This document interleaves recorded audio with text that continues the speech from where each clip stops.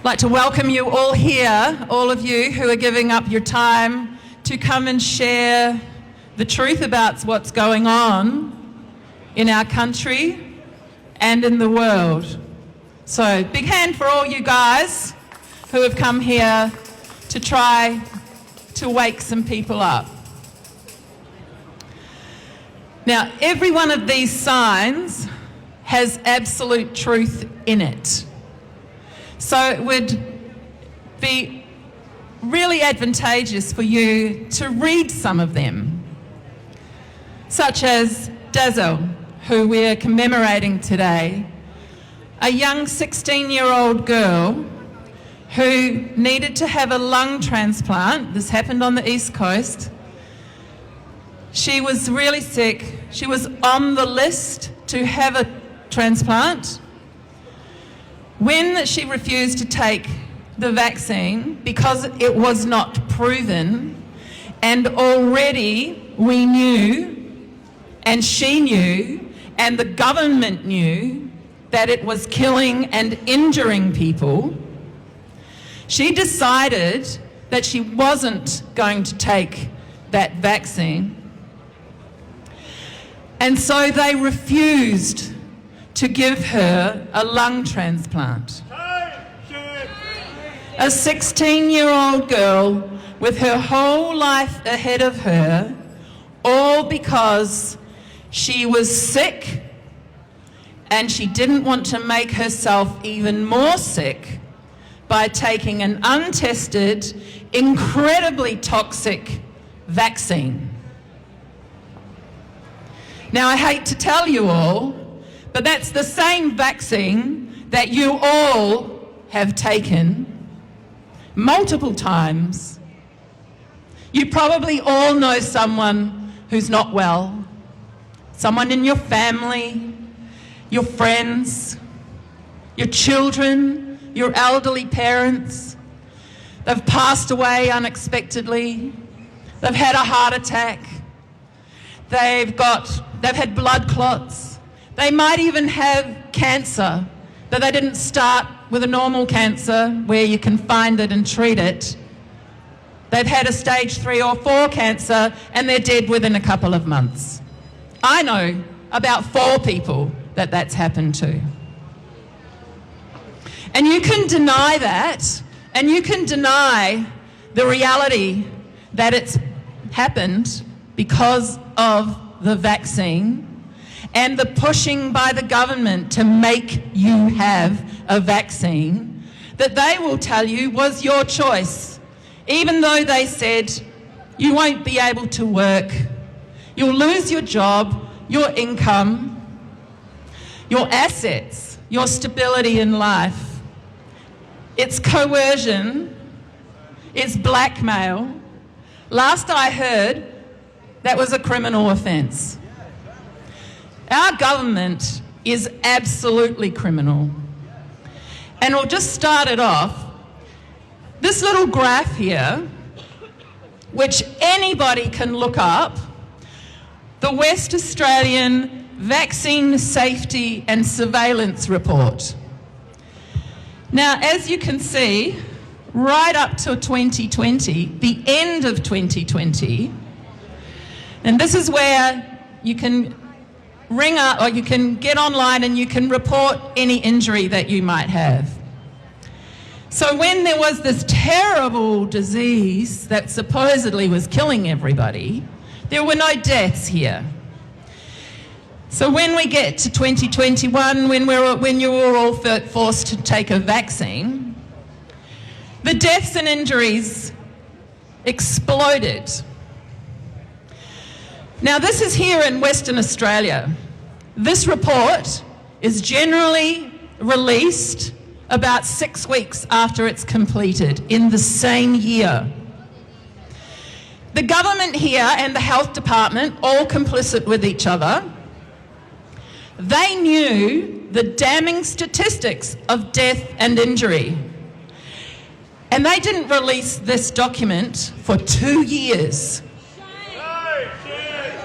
The 2020 to 2021 report, 2 years later in 2023, was available then to the public, who went, oh, that was a few years ago, oh, we don't need to worry about that anymore.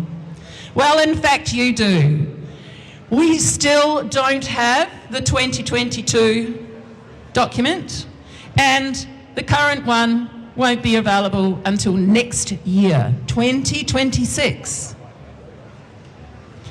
The graph that you'll see when that happens will go from here probably to the window. That'll be how many deaths and injuries have happened since then. And this is only in Western Australia. Now, you'll probably remember that back when COVID started, the World Health Organization, or the WHO, as you may know them, made directives to governments who are member states of the WHO and the UN, United Nations. The WHO made directives to every country that's a member state and said, you must vaccinate your populations. So don't think for a moment that the government of Australia is calling the shots for what it is that you're doing, that you have to do. They are acting on direction from the WHO and the UN, as are every country that is a member state of the WHO and the United Nations. I don't know if you're aware, you probably aren't, because most people don't know this, because the government keeps it from you unless you are awake enough to do your own research. Less than 2 weeks ago, the WHO and 124 of those member states signed the new pandemic treaty. The pandemic treaty, for the last 2.5 years, we have been trying to get people to be aware of what the pandemic treaty is going to entail. The international health regulations, put together by the WHO and supported by now 124 countries, take away your sovereign bodily autonomy and health rights. Every single one of you personally. Now, you may think that an organisation that goes to Davos and goes to Switzerland and goes to wherever to make decisions on your behalf couldn't possibly do that. The psychopathy of that interferes with your cognitive brain telling you what is and is not the truth. You can go and look this information up. Our country, Mark Butler, the Minister for Health, less than 2 weeks ago, has signed Australia up to the new conditions of the pandemic treaty. Now, they may be slightly watered down because there was pushback around the world. Here in Australia, hundreds of thousands of people opposed Australia joining up to the new WHO pandemic treaty. Did the government take any notice? Of course not, because the government is not interested in doing what the people of this country want. Right now, we are in a transition period where our government says all of Australia wants to be involved in the pandemic treaty, which is completely untrue. They are acting as authoritarian controllers to tell everybody what it is that is coming. If you think that you are going to have rights and independence over your own personal self, your family, your assets, and anything else that you have that you believe belongs to you, then you better start thinking again, because that is the danger of what is coming. The new pandemic treaty with the WHO allows them to call a pandemic of international concern, which is what they called it the last time, at any time that they think is necessary. Now, already here in Australia, they are analysing our soils, our environment, our atmosphere, our air, everything that could potentially hold some kind of virus or bacteria or something that could endanger people, which if you really know about health, nothing can do that if you keep yourself healthy, but that's a whole other story. But they are already setting the scene.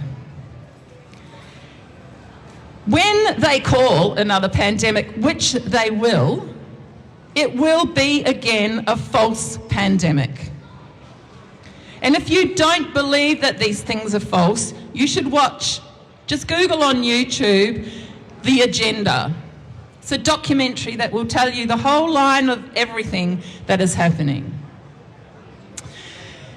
The WHO will be able to call a pandemic globally, even if they just think that something might be amiss. And when that happens, the government of Australia are contracted now to do what they are told by the WHO, which means that they can they will start at the top, and then they will go to the local state governments, then they will go to local councils who really don't have authority anymore. And they will make you, just like they did the last time, do what they tell you to do. Now, we know the deaths and injuries from the last vaccine. We know that the future vaccines are going to be mRNA platform. It is time for you all to start looking into this. Research, find out what can possibly happen, look up the WHO and the new international health regulations, and you will find that everything that I've said today, everything that's written on these placards is true. So I hope you take some time to do that. Don't be afraid to do that. You need to start being completely honest with yourself about what you've done and what the government has done. Thank you.